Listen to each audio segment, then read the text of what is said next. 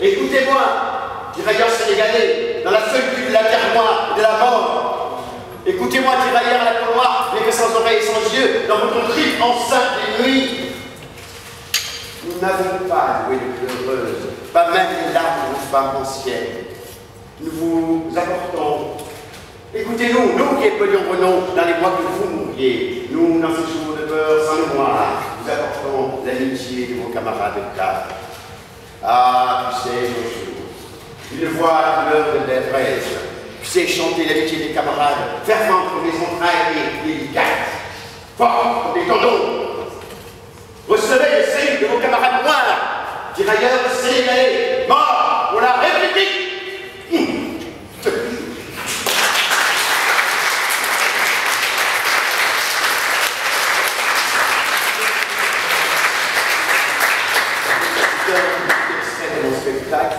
Qui s'appelle Parole des Nègres, la réunion du cinéma, bon, je fais un petit choix. En tout cas, je suis très content d'être là et merci beaucoup pour une fois.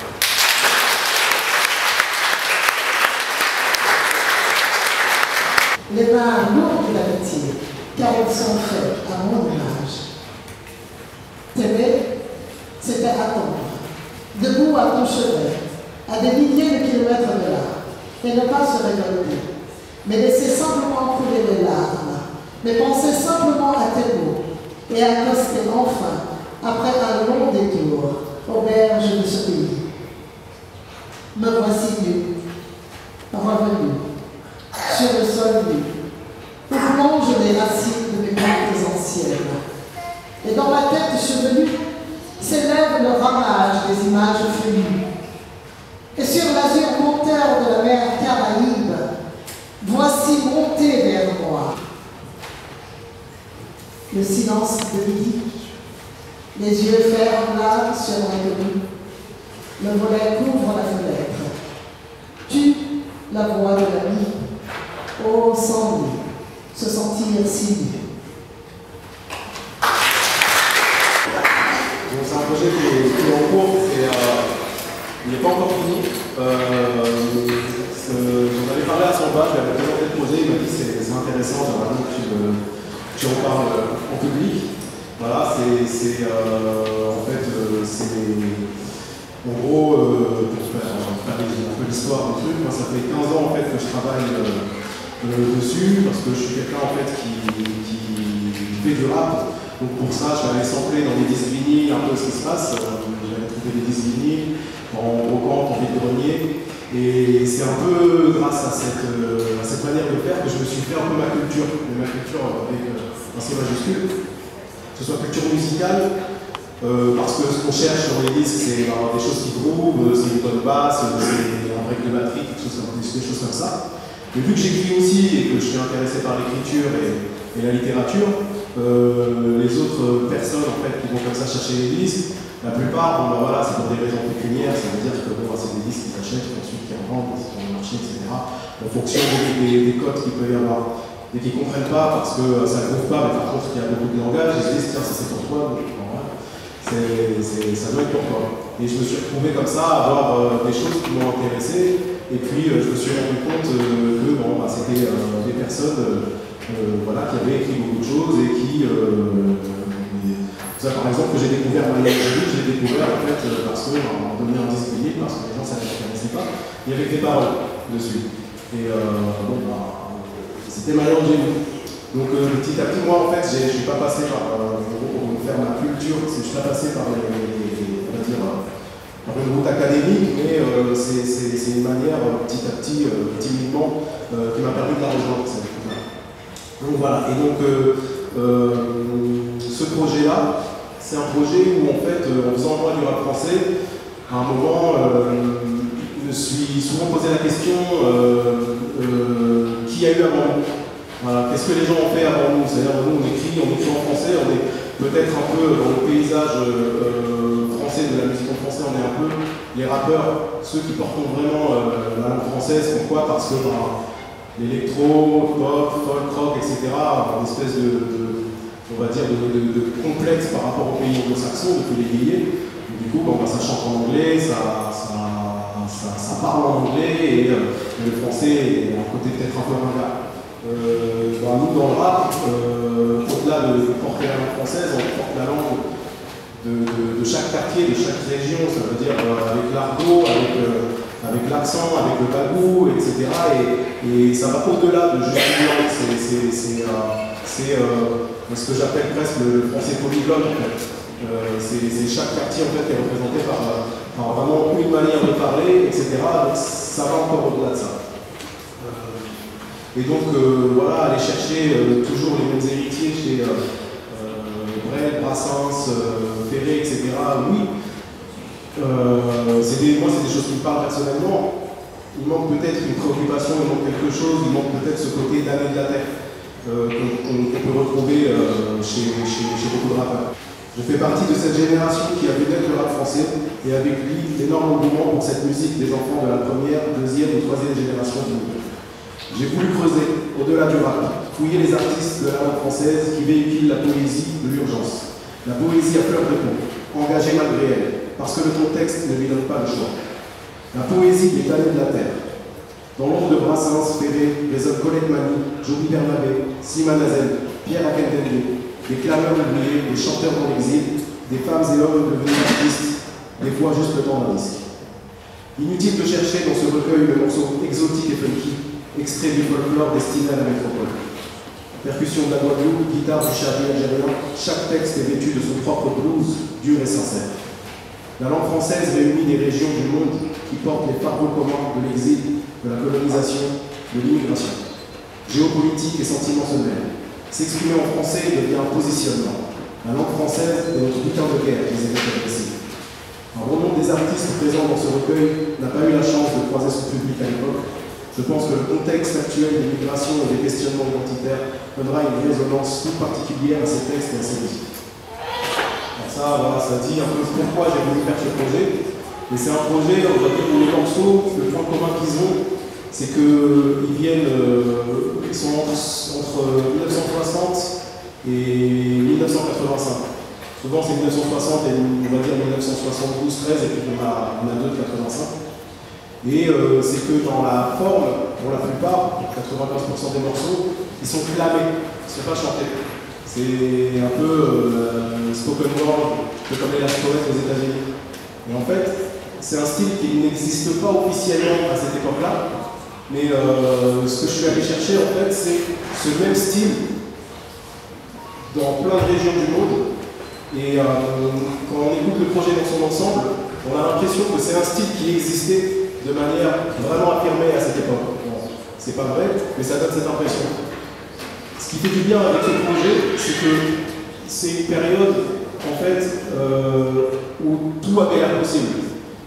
J'y étais pas, mais en tout cas, sur ce qu'on entend dans les textes qu'on entend, par rapport à ce qu'on peut entendre aujourd'hui, c'est que voilà, c'est l'époque des libérations, et ça donne une espèce de côté où tout le monde se parle, tout le monde se connecte, tout le monde a envie de réfléchir ensemble et de trouver des solutions communes. Si les damnés de la Terre avaient envie en tout cas de se réunir et de trouver des solutions communes. Voilà en fait ce qui m'intéresse dans ce projet, et c'est aussi un projet de mémoire, de transmission. Moi je fais beaucoup d'ateliers d'écriture. Bon, souvent ce qu'on me demande c'est d'essayer de faire comprendre aux jeunes qu'il y a peut-être un lien entre Léo Ferré et la fouille. Alors bon, grand écart, il y a assez dur à faire. Avec un projet comme ça, il y a quelque chose qui se positionne, on va dire, entre tout ça. Voilà. Et avec des choses qui peuvent parler. Alors j'aime pas utiliser le mot francophonie parce qu'il y a plein de choses, mais en tout cas ce point commun de la langue française. Voilà. Le projet n'existe pas encore, alors j'ai pas développé encore un moment de choses à dire dessus. Mais encore quelque chose, c'est qu'au début on voulait mettre les textes, parce que c'est important. Donc quand le projet sort, donc c'est un CD, donc avec un livret et les textes. Et puis au final on s'est dit non, on ne va pas mettre les textes. On va mettre le contexte. Pourquoi? Parce qu'il y a certains morceaux qui, moi, au plus je les écris, je sentais que ça disait quelque chose, d'important, d'intéressant, mais j'ai pas on va dire, j'ai pas les informations. Et en parlant avec quelques historiens, pour le coup, c'est un morceau en fait qui s'appelle Mobilisation contre C'est un morceau en fait sur la circulaire spontanée. Donc ça date en fait des années 70 et en fait il y a une circulaire qui avait été créée par rapport au travail des immigrés. Le morceau s'appelle Versailles et en fait c'est quelqu'un qui plane en fait un texte assez dur sur la société française et les travailleurs immigrés. Et à cette époque-là, donc par rapport à cette circulaire, il y avait une bavure policière. Et en fait, donc une historienne qui s'appelle Janine Malani, donc c'est elle qui m'explique le contexte du morceau. À partir de ce moment-là, je me suis dit, ok, bah, plutôt que de mettre les textes des morceaux, on va mettre les contextes des morceaux. Donc il y a deux historiens qui se sont joints à moi en cours de projet, donc qui sont Naïma Yali et Hamza Koukariabara, qui écrivent donc, les contextes sur chaque morceau. Et donc c'est une compilation qui recueille 23 morceaux. Chacun des morceaux a une histoire vraiment particulière. Des fois, ça va être des chanteurs qui sont connus, en tout cas qui ont réussi à trouver leur public, d'autres pas du tout. Donc en fait, ils ont été chanteurs vraiment le temps d'un disque, même le temps d'un morceau. Donc pour pouvoir retrouver ces personnes-là pour tout ce qui est demande de voix, etc., c'est quelque chose de très compliqué. C'est-à-dire que des fois, bon, ben voilà, la personne est décédée, mais sa famille ne savait même pas qu'il allait faire un morceau à l'époque. On s'est retrouvé comme ça, voilà, à chercher des gens, et c'est des vraies enquêtes. Il y a un morceau aussi qui est inédit, c'est que c'est un morceau en fait des colons de la Révolution. Les colons de la Révolution, c'est un groupe de femmes en fait qui jouaient donc quand Thomas Sankara en fait faisait des discours, il prenait ou les colons de la Révolution pour jouer après ou avant le discours, ou les petits soldats au point levé, un groupe d'enfants.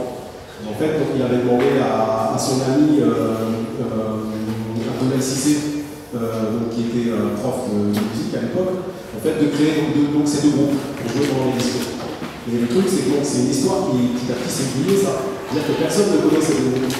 Et donc l'idée, ça a été d'aller retrouver les bandes existantes, donc de retrouver Abdoulaye Cissé, qui est encore en vie et qui est encore musicien, et donc de voir avec lui ce qu'il existait. Et donc ça sera un morceau donc, voilà, qui sera dans ce projet. Disposé à marcher au vent et à connaître la foule, la bande détient le contexte et cherche le patrouille. Disposé à suivre la capacité, à suivre de familiarité, à milieu loin de la mise. Disposé à être tutoyé partout dans ce budget. L'institution méprise et déplore ton élocution. Qu'est-ce qui pousse un jeune à garder l'arbre et à démarche, alors qu'on sort de l'horizon et qu'il prend de l'âge. Entre le jeune à refusé, celui à la buse. Seul l'un des deux portera toi de son habitude. On a les mêmes os, le même sang, mais tout est en métal. Le genre d'accent avec lequel tu finis tes phrases. Tu sais que les riches sont pas plus libres que toi. Eux aussi sont aliénés par leurs mots, leur faute, leur choix. Sauf que leur argot est bien vu, il est même courtisé. On dit du tien qui n'est pas, du leur qui est souligné. Leur style et leurs mots sont juste plus prisés en plus. Tu grandis et l'arbre du très haut n'est plus le consensus. De poids de mesure, en fonction de ta voix, ton allure, ton aisance du langage, dans la guerre du langage. Ce mot et j'en ai pas dit plus humain, tu restes emprisonné par tes habitudes. Le quartier asiatique, ses lois, son langage, son argot. Tu sais de quoi je parle, surtout quand t'es ado. Rempli de vivacité, tu sors du bahut, du chahut. Contaminé par les expressions tordues de la rue, t'as vu. Tu ramènes à l'école une manière de parler. Tu te la racontes, la nouvelle manière de manier la langue taillée. Les enfants se sont dit, c'est autour de l'anti. Mais leur enfant grandit et veut parler comme un bandit. C'est une règle sociale, on s'adapte à notre monde. L'accent, le verbe, la phrase te reflète, te ressent. T'as un arrière-coup du passé, tu laisses mon nom, c'est chaud. Les mots qui ne servent à parler reflètent l'écho des autres. T'as pas encore conscience que le langage est le passeport. Tu parleras, tu parles bien, ou bien tu parles fort. Ton horizon d'enfant construit ta personnalité. Ton image, ton enfance construit ta personnalité. Ça jouera sur le mariage, sur le choix du job. Sur ton décor, le nom des gosses, le choix de l'école. De la musique que tu écoutes et de celle que tu comprends pas. Des malheureux que tu écoutes et de ceux que tu n'entends pas. Si tu es de ceux qui ont grandi dans le gris des tours, l'oreille bien trop remplie par la peau qui s'écoule, tu auras tendance à être moins à l'aise au centre-ville que dans le quartier sensible où ta jeunesse a grandi tranquille. Donc sauver avec la chance d'avoir un homme qui s'habille l'accent des capitales intelligentes en vrai. Ils n'ont pas de mérite d'être éloignés sauvés, mais ils ont le passeport pour la guerre du langage français. On a les mêmes mots, le même sang, la même langue, mais tout bien en détail. Genre d'accent avec lequel tu dis des phrases. Et j'en ai pas dit plus humain, tu restes emprisonné par tes habitudes. Ouais! J'en ai marre d'une autre donne, connaître un autre discours que celui que te façonne sur ce dont souffre l'Afrique. Ta démarche elle-même te renverra à la porte de Thomas Sankara. Là, tu n'as qu'à s'ouvrir ce ton plein de raisons pures qui passent en ville en rien, tu peux en exclure une vérité qui éclate au visage sans trucage du mascara. La sincérité du droit Sankara. À ceux qui pensent l'Afrique comme un clip de Shakira, où le blanc mène la danse et les nègres suivent le pas dans l'insouciance légère que tu crois chantant en ouvrant leurs bras. Je auquel ne jouais pas Sankara. Tu ne sauras pas depuis quand les mêmes comment se mesure le nombre de tonnes de litres d'hydrocarbures, mais c'est pas l'amour qu'a pu lui porter Jacques Faucard qui nous lit. Amour qu'a pourtant subi Sankara. Loin de tout le rituel, des constats larmoyants, des chéris à l'habituel, du paternalisme ambiant. C'est un regard dans les yeux qui provoque l'embarras d'un Occident monsieur Sankara. Pas du genre de ces petits chefs plein l'appareil qui défilent en voiture blindée à la parade, ni un illuminé, ni un phare, un prophète ou un soldat du Burkina, Sankara.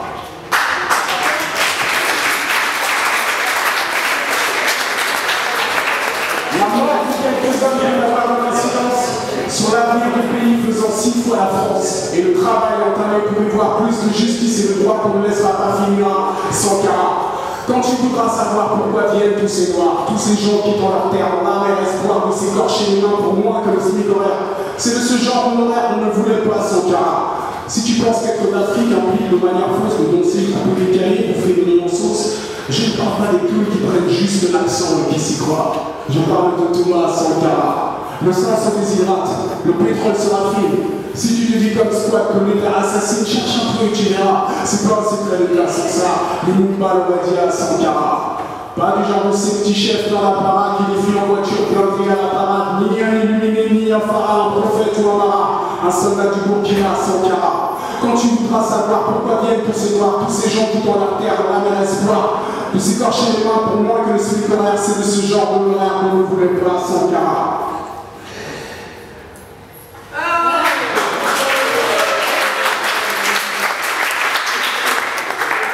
Si tu veux voir autre chose que la mort et ses vestiges, ces présidents qui s'arrosent pour leur seul prestige, vampires de leur peuple, commerçants de richesse et du sang, embarrassés par le grand Sankara, s'il devait n'y avoir qu'un chef d'État africain dont il fallait se souvenir, dont on se souvient en n'avant pas rampé devant l'hexagone, abandonnant les siens pour un trône, ce serait bien Sankara. Si tu veux avoir un jour dans les mains connaître un autre discours que celui que te façonne sur ce dont souffre l'Afrique, ta démarche elle-même te renverra à la porte de Thomas Sankara. Parce que je veux qu'on écoute. Qu'on écoute combien de fois j'ai été tuée. Oui, tuée. Combien de fois mon corps a saigné sous les coups. Combien de fois mon sexe a hurlé d'être maltraité. Moi, je suis née à Capesterre. J'ai grandi là. J'ai vieilli là. C'est là que mon mari m'a poursuivi dans les rues en me chassant à coups de pierre pendant que les voisins riaient. Il riait au début. Il riait jusqu'à ce que mon corps saigne, parce que le maudit prenait des pierres de plus en plus grosses et je les recevais dans le dos. Je sentais mon corps s'écarter, mon dos s'ouvrir sous la charge et j'entendais ses cris en même temps. Ils ont ri. Mais je dois dire qu'ils m'ont sauvé aussi, parce que quelqu'un l'a frappé lui aussi pour le faire arrêter. Moi j'étais par terre, comme une vieille serpillière trouée. C'est ça. L'odeur de mon sang, c'était comme celle d'une vieille serpillière mal lavée et laissée dans un coin. J'étais morte, quoi. Je connaissais déjà cette impression-là. Il m'était déjà arrivé de mourir sous les coups de mon père, de ma mère. C'était la seule solution. Rester sur le sol sans bouger et partir loin des coups et des cris. Des fois, je me mets debout devant un mur et je crie dans ma tête.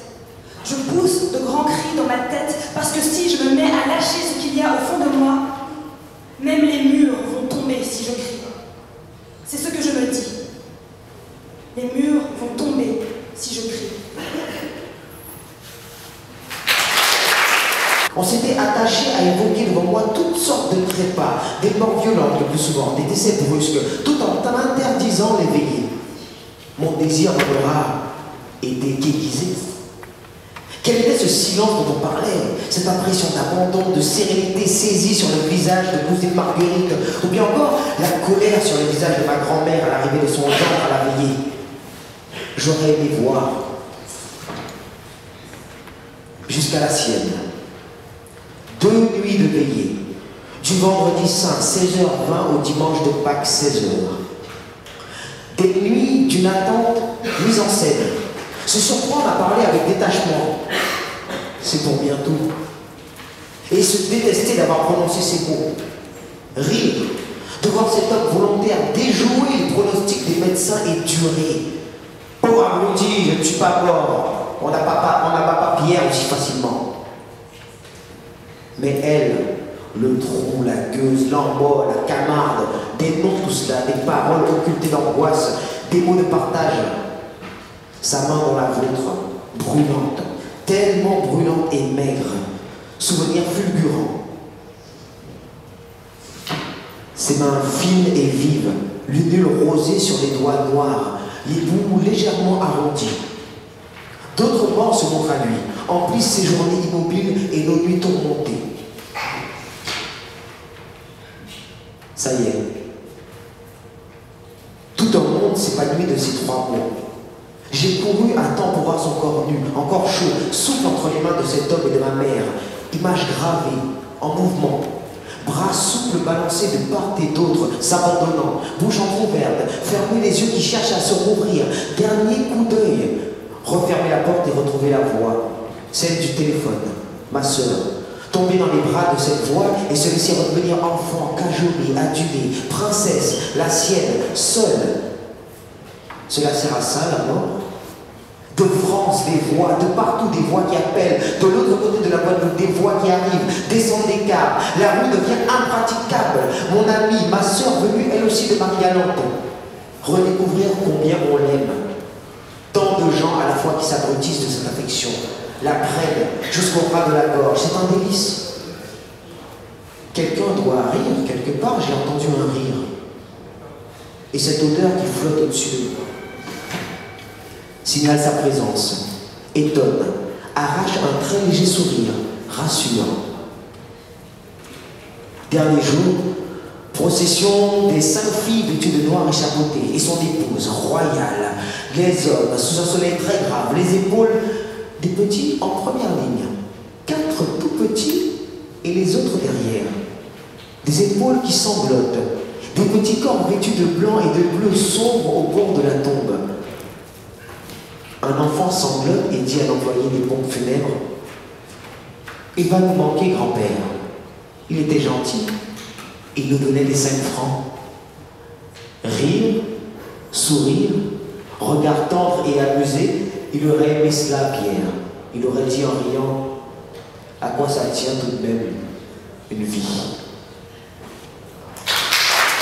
L'obsédante et lourde exhalaison marine des mains pauvres qui se font, se défont dans l'immobilité des fanges foisonnantes. Souvenir fugace, île démembrée, rendue à col sous la chaleur humide des après-midi lentes, si lentes à bicyclette prêtée sur la place des fêtes des rêves du plus grand jour. L'attente des châtaignes chaudes, le goût de salive âcre, des ardoises effacées, d'un point léché sur la faute démasquée, l'ardeur des jeux au banc, en caniveau petit bateau bois d'allumettes, jeté en hâte au cri,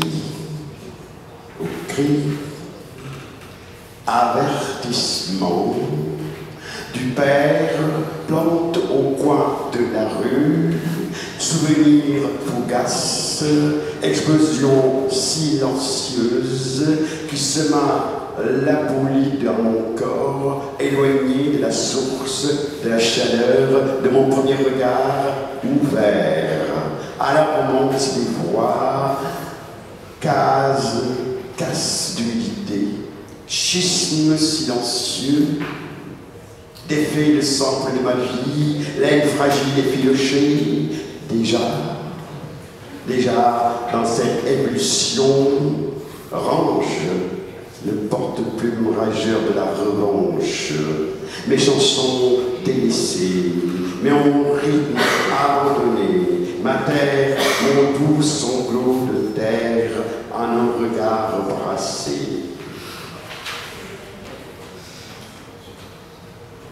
Pour ne point oublier dans mon cœur, pour être-il lancé, projectile, lancé ma promesse de retour, estampillée sur ce départ précipité, sans tambour ni siliaque, départ ailé, adieu et sans chanson, devant le balancement narquois d'un bakobo amarré. C'est beau, hein?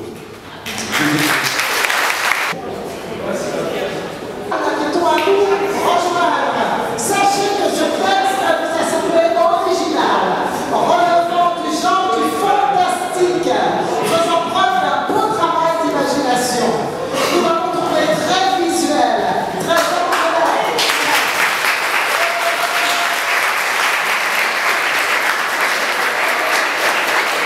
Dans son aspect distancié et humoristique à la fois, il a retenu notre attention car il nous a donné le sentiment que deux cultures se télescopaient là. Une forme française dans une culture différente, on ne savait pas laquelle, mais maintenant on la voit, ouvrant sur un autre monde, un autre lieu, un texte audacieux dans lequel la référence à la peur est tout à fait présente, même s'il nous a paru qu'il était un tout petit peu en dehors du thème, raison pour laquelle il se trouve à la 5e place. Bravo.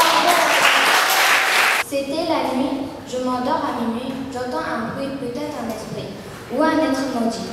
Je me lève pour faire mon lit, j'aperçois une momie qui demande mon cœur et mon foie. Je lui dis laisse-moi, c'est hors la loi. Je me réveille et je vois tout autour de moi des noix.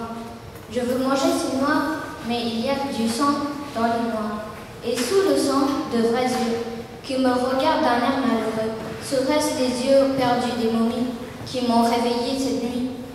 Et je revois les esprits maudits qui mangent les yeux des momies.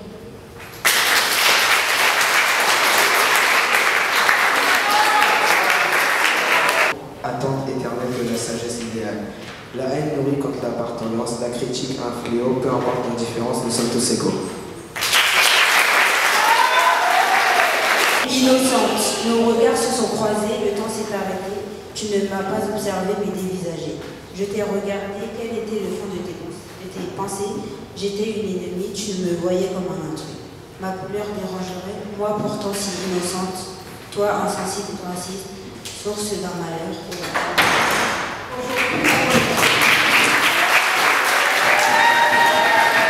Il reste à l'extérieur d'une culture et d'une origine affirmée qui, elles, sont dures et solides comme un roc. Très belle maîtrise d'une forme poétique, il s'agit d'une invitation non violente, apaisée, dans une grande zénitude. Pourquoi, quand je te vois, tu me fuis du regard? Je te vois comme un reflet dans le miroir. Ami, s'il te plaît, aide-moi, je t'aiderai. Viens, assis-toi et écoute mon secret. Peut-être que je viens de là où l'on m'entend, les chevaux galopant plus vite que l'éclair, les fauves rugissent plus fort que le tonnerre, et la grande colère du puissant volcan. Mais comme toi, je vis, je meurs, je ris, je pleure. Enfin, voici mon secret, moi aussi j'ai peur d'être dans la foule, d'être seul de l'ailleurs. Ne sois pas le mal qui hantera mon cœur. Si tu n'aimes pas ma culture, mon histoire, eh bien je te dirai, tant pis, au revoir.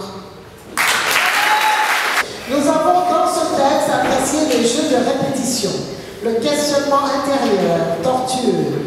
Le sentiment de la peur de l'autre est totalement habité, il prend forme. Il s'agit d'un texte non descriptif.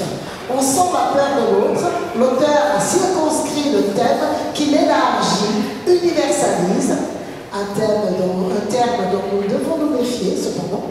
Le personnage qu'il a construit se livre et ne cherche pas à se réfugier derrière des formules morales et générales. Nous avons été séduits par l'aspect très contemporain de l'écriture. L'élève a su éviter la répétition stricte d'une forme fixe apprise. Beaucoup de liberté. Je ne peux pas ne pas le juger. Le juger me fait le connaître en mon cœur. Si j'arrête, je suis condamné à être dans une peur immense. L'immense peur de l'inconnu. L'inconnu de l'autre me fait peur. L'autre ne me fait pas peur, mais l'inconnu me fait peur. Je le juge pour me rassurer, pour qu'il ne me fasse plus peur. Tandis qu'il est un inconnu, il me fait peur. C'est la peur qui me sépare de lui. L'autre, l'inconnu, me fait peur en mon cœur. La peur en mon cœur fait trembler mon cœur. Mon corps tremble, je ne le contrôle plus. Les bras, les jambes, tout mon corps, je ne le contrôle plus. Donc je n'arrête pas à cause de la peur. Donc je n'arrête pas de les juger.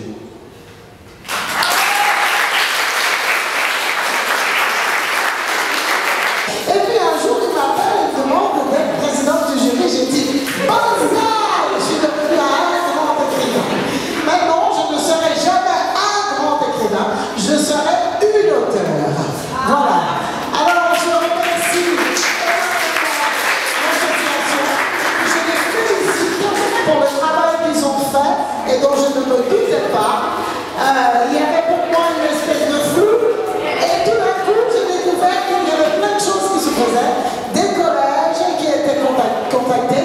Et j'ai eu le plaisir d'aller au collège de Bobigny, où j'ai rencontré Fatima Aïbouloua, c'est ça, qui est une prof absolument merveilleuse, qui donne de l'amour à qui cultive ses élèves, comme on cultive le muguet du 1er mai, rare et cher. Merci. DNLC, disent-nous les choses. Nous sommes avec l'association des Africains de la Sorbonne par rapport à leur événement. Et on est en compagnie de M. Rossé et M. JP Manova. Comment allez-vous? Ça va très bien. Nickel, très bien. Dites-nous un petit peu la raison de votre présence ici. Donc j'ai été invité par l'ADA Sorbonne, donc l'association des étudiants africains de la Sorbonne, voilà, pour faire 2-3 morceaux, présenter un projet aussi de recueil de musique francophone qui sortira en 2018. Et voilà, donc j'ai accepté l'invitation volontiers. Monsieur JP. Moi j'ai été invité par Wafa Mamesh qui, il y a plusieurs années avant que je sorte mon premier album, m'a fait ma première interview. Et qui déjà à l'époque était très impliqué dans le milieu associatif étudiant et avec les étudiants de la Sorbonne. Et voilà, c'est voilà, une relation qui est restée. Et Samba Ducouré aussi, qui est un ami qui m'a proposé de venir. On pourrait en vérité appeler cette interview du rap à la Sorbonne. Mais tout à l'heure, je rebondis sur ce que tu disais par rapport au fait que souvent, les rappeurs se revendiquent d'un certain héritage. Léo Ferré, Brassens, Jacques Brel, mais qu'il y avait aussi d'autres auteurs sur lesquels on pouvait se référer. Est-ce que vous pouvez un petit peu étayer tout ce propos? En fait, ce que je voulais dire, c'est que voilà, en fait, il y a plein de, la France est faite d'origines multiples, et c'est vrai que sur la langue française, on va toujours nous parler des mêmes auteurs. C'est des auteurs de qualité, hein. Moi, personnellement, je suis assez fan de Brassens, mais c'est vrai que en fait, on a réduit en fait l'écriture en français à certains auteurs. C'est pas qu'on l'a réduit, c'est qu'on n'a jamais exploré en fait ce qui s'est passé sur les autres terres francophones. Et en fait, c'est même un langage. Ça veut dire il va y avoir des prix de littérature française et des prix de littérature francophone. Pourquoi on sépare? À un moment, la question se pose. Et c'est pareil en fait pour ce projet-là. C'est des choses en fait que j'ai remarqué en faisant le projet. Je n'y avais pas pensé avant, mais c'est vrai que en fait, c'est comme s'il y avait un monde et un monde en dessous. Et voilà, pour des rappeurs voilà, qui sont des gens d'origine, on va dire, différentes, pas spécialement françaises, savoir qu'il y a des auteurs qui écrivaient en français dans le pays de leurs parents, ça peut motiver, ça peut aider, ou ça peut même faire se rendre compte de certaines choses, parce que il peut aussi y avoir des choses qui sont tabous. Ça veut dire que dans les familles, les parents qui ont fait des guerres, qui ont fait des guerres de décolonisation, etc., ils vont pas spécialement parler à leurs enfants, parce que souvent ça va être des choses qui peuvent être tabous, ou qui peuvent être qui ont été vécues difficilement, etc. Et en fait, faire un projet comme ça, c'est aussi raviver une mémoire, et une mémoire qui a pu être cachée, qui a pu être tabou, et en tout cas qui est important de ramener là, quoi. JP, tout à l'heure, lorsque tu faisais ta prestation, tu disais oui, j'ai l'impression d'être une étude de cas, voilà, un cas d'étude, et que quelque part, tu parlais du fait que ça fait bizarre de voir des rappeurs ici, alors que, en vérité, vu la qualité des textes des rappeurs, en réalité, ça devrait être logique que des rappeurs soient à la Sorbonne. Bah, en même temps, je disais ça avec ironie, c'est-à-dire que je m'en amusais. Mais pour répondre à ta question d'avant, que je trouvais bien, et comme quand Rossé il a fini de répondre à une question, en général, j'oublie la question. Mais là, je m'en rappelle. C'est vrai qu'on parle souvent des mêmes auteurs quand on parle beaucoup de rappeurs qui sont dits lyricistes ou estampillés lyricistes se réclament souvent des mêmes auteurs. Et après, il y a la culture, on va dire, qu'on nous impose, la culture du modèle dominant, et puis il y a celle après qu'on choisit de se faire. Et on est clairement dans ce cas de figure-là, tu vois.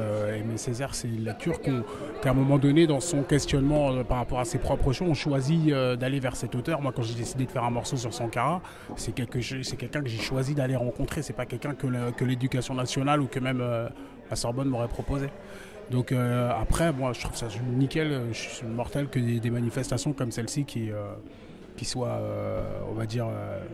comment est-ce qu'on pourrait dire, assez large, avec un spectre assez large pour accueillir tout style et toute forme artistique, dont le rap et l'écriture, la littérature au sens d'Aimé Césaire et d'autres formes artistiques qui coexistent et qui font partie aujourd'hui de ce qu'on appelle la culture. Il y a des gens qui vont vous dire, j'ai entendu une phrase d'un homme politique qui disait « ouais, il ne faut pas que les jeunes de quartier soient en contact avec une culture qui leur soit adaptée. Et il faut qu'ils aient accès à la culture, à la grande culture. Mais c'est quoi la grande culture? C'est soit c'est de la culture, soit c'est pas de la culture. Donc on est en plein dedans. Et quelque part, parce que souvent on parle de l'envers du décor d'Internet et des effets négatifs d'Internet, mais quelque part, les bienfaits d'Internet, ce ne serait pas tout ce flux de culture et ce flux de connaissances qu'il apporte aujourd'hui, parce qu'aujourd'hui Sankara est un nom qu'on connaît, alors qu'à une époque les gens n'auraient pas forcément connu, vu qu'il n'y avait pas assez de transmission et pas assez de... Qu'est-ce que vous en pensez? Je pense que en tout cas le rôle que joue Internet dans la manière dont la culture circule et dont l'information circule, Internet après c'est un outil. Alors bien évidemment, selon ton usage de l'outil, tu peux construire comme tu peux détruire. Tu vois, avec un marteau, avec une grue, c'est un objet aussi bien, voilà, un couteau, ça peut servir à couper la viande pour un enfant, ça peut servir à tuer quelqu'un. Et voilà, et après, moi je pense que voilà, Internet joue un rôle très intéressant et très important dans la vitesse et la rapidité avec laquelle une information se diffuse aujourd'hui et peut se propager. Et ça permet même à des, en tout cas, sans aborder l'aspect business et tout ça, mais ça permet même à des rappeurs comme nous qui ne sommes pas spécialement marketés par des majors de nous faire connaître et de nous affranchir justement des moyens de consommation qui existaient avant le net et des moyens de promotion qui existaient avant ça. Après, donc moi je ferai pas le vas-y Rossé, peut-être il a un truc à dire. je le sens, j'ai vu sa tête, j'ai dit non, j'ai des choses à rajouter là. Ah, non, mais il a tout dit, hein. C'est vrai que Internet c'est un outil, voilà. Et bon, sur le long terme, les outils, en fait ce qui est bien sur un outil souvent c'est quand ils arrivent. Sur le long terme, ils appartiennent aux puissants. Voilà. Donc il y a les mêmes inégalités qu'on peut y trouver que dans le vrai monde. Non, bah oui, voilà, Internet c'est un outil. Donc après, on met sur un outil, voilà, tout ce qu'on a. Et aujourd'hui, avec l'âge qu'a Internet, on trouve de tout. Et puis c'est en fonction de chacun. Voilà. Qu'est-ce que... Excuse-moi, l'interview là, elle sera sur Internet? Oui, c'est ça. Bon, bah ok, c'est dit. Et qu'est-ce qu'on peut vous souhaiter pour la suite des événements? Bien sûr, on sait que tu es un ancien rappeur de Grande Bande, parce que je me souviens, à Viry-Châtillon avec Ando, qui est un de mes grands. Yes. Donc je me souviens du passé. Okay. Et voilà, et toi, JP, voilà, je le passerai. Il est en Chine maintenant. Ouais, je sais. Il fait des allers-retours, tout ça. Donc qu'est-ce qu'on peut vous souhaiter pour la suite des événements à JP et à Rossé, à vous deux? Bah, vas-y. Hein. De gagner, en tout cas de perdurer le plus longtemps dans le vaste combat contre la débilité, contre la machine à rendre débile, qui est de plus en plus puissante et qui a de plus en plus de facteurs et de plus en plus de participants et de gens prêts à agresser son moteur. Et voilà quoi, de perdurer, d'arriver à quand même trouver des bonnes volontés, des gens de bonne volonté pour combattre cette machine et arriver à exister, perdurer et continuer d'injecter du sens le plus longtemps possible dans le paysage. Bah pareil, hein, moi je m'épanouis hein, dans ce game comme on dit. Autre chose. Comme on dit, je m'épanouis moi dans ce game et puis continuer à m'épanouir, à me poser des questions et du coup à faire que les gens s'en posent aussi, tous les gens que je touche, ben, voilà, qui continuent aussi à s'épanouir avec ça. Merci à vous. Merci à toi. À la prochaine. À la prochaine. DNLC, disons-nous les choses. Nous sommes avec la présidente de l'association africaine des étudiants de la Sorbonne. Des étudiants africains de la Sorbonne. Excuse-moi, j'ai inversé un petit peu les... Comment allez-vous ? Je vais bien et vous ? Ça va très bien. Nous sommes avec aussi une autre membre de l'association, Astou. Ça va ? Ça va, merci. Dites-nous un petit peu qu'est-ce qui s'est passé aujourd'hui ici et pourquoi avez-vous fait cet événement ici ? Aujourd'hui, on a organisé une cérémonie de remise de prix, donc c'est le prix Césaire. C'est un concours de poésie qu'on organise tous les ans depuis plusieurs années déjà. Et voilà, c'est un concours de poésie dont des collégiens et des lycéens participent et ensuite on leur remet un prix et on organise une conférence autour de cette remise de prix. C'est une cérémonie en fait. Et quel est votre ressenti par rapport à la journée qui s'est écoulée ? Du point de vue de mon point de vue, stressant, mais ça s'est très bien passé. Je pense que les participants, notamment les élèves, étaient très contents, très ravis. On a beaucoup appris, notamment sur Guy Tyrolien, qui était le personnage auquel on rendait hommage aujourd'hui. Et oui, je pense qu'enrichissant, une journée enrichissante et voilà. Astou, dis-nous un petit peu tes impressions de la journée d'aujourd'hui. J'ai trouvé ça très bien, le fait qu'on fasse passer un peu des auteurs comme Guy Tyrolien, Césaire à des collégiens, c'est vraiment très bon, c'est très bien pour leur avenir. Qu'ils sachent qu'il y a des auteurs noirs, c'est vraiment très important parce qu'en dehors, dans leurs cours, etc., dans les programmes scolaires, on n'est pas sûr qu'ils aient accès à tous ces savoirs-là. Donc c'est vraiment quelque chose de bien pour eux, je pense. Et puis c'était vraiment un moment de partage. On avait vraiment un discours très intergénérationnel avec un public qui était à la fois très jeune et à la fois plus âgé et tout. Donc c'était vraiment très enrichissant, effectivement. Et je suis contente de cette journée. Voilà. Mais à travers vous, on peut un petit peu jauger analyser un petit peu la situation des étudiants africains en France. Quelle est la situation aujourd'hui des étudiants africains en France ? Dites-nous un petit peu, avec votre point de vue à vous. Alors c'est un peu compliqué. Bon, c'est déjà bien que vous parlez de point de vue parce que je pense que le point de vue est différent selon que l'on vient d'Afrique ou selon que l'on soit né ici en France. De ceux qui viennent d'Afrique, parce que c'est mon cas, puisque j'ai fait tout mon lycée, mon collège et même mon primaire à l'étranger. La situation est assez, on va dire, très instable. En fait, on est dans une situation assez précaire où l'on vit un petit peu, pas sur 1 an, mais sur 9 mois, parce que tous les 9 mois, on va dire qu'on doit renouveler notre titre de séjour.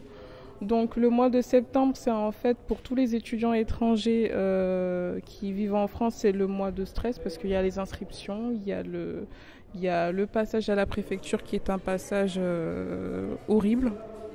Et oui, je pense que c'est vraiment le côté précaire en fait parce qu'on ne sait jamais de quoi le lendemain est fait. Et plus on avance en fait dans notre parcours académique, moins on sait ce qu'on va devenir en fait. Et c'est assez stressant. Voilà. Astou ? Alors moi pour le coup c'est pas mon cas parce que je suis née ici. Donc du coup lorsqu'on parle des étudiants africains, c'est plutôt des gens que j'ai appris à connaître grâce à l'ADAS et ailleurs. Après en tant qu'afrodescendante, je pense que on est un peu à la lisière entre deux mondes, on ne sait pas toujours comment se placer. Et c'est vrai qu'on nous renvoie aussi une image un peu bizarre, qui n'est ni française, ni sénégalaise, ni quoi que ce soit. Donc c'est un peu compliqué, mais après, c'est vrai que je n'ai pas eu à vivre tous ces passages à la préfecture, mais j'imagine très bien la difficulté que ça peut être, en plus du travail scolaire qu'il y a à donner, quoi. Mais encore une fois, je ne suis pas du tout dans ce cas-là, donc c'est un peu compliqué. Voilà. Yes. En tout cas, on a 2 cas de figure à travers vous.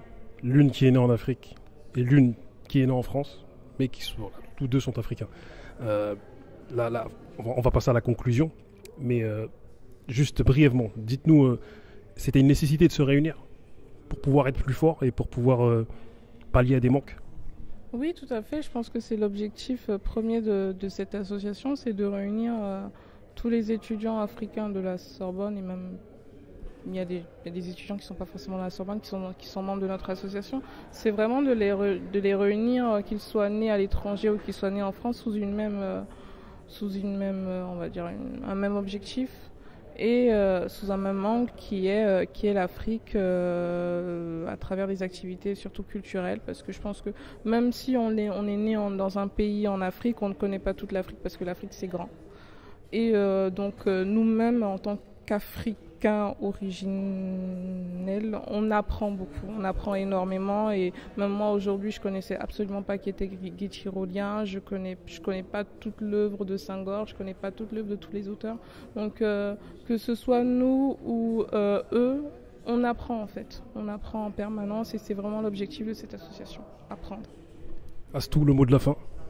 Je pense que c'est grâce à l'ADEAS, je me suis vraiment rendu compte à quel point le spectre des Africains et des étudiants africains était vraiment immense et je crois que si j'ai envie le mot de la conclusion, ce serait venez à l'ADEAS, vous vous rendrez compte à quel point on est riche et à quel point on a des choses à dire. Voilà. Merci à vous, mesdemoiselles, ou plutôt mesdames, parce que mesdemoiselles n'existe plus. Merci.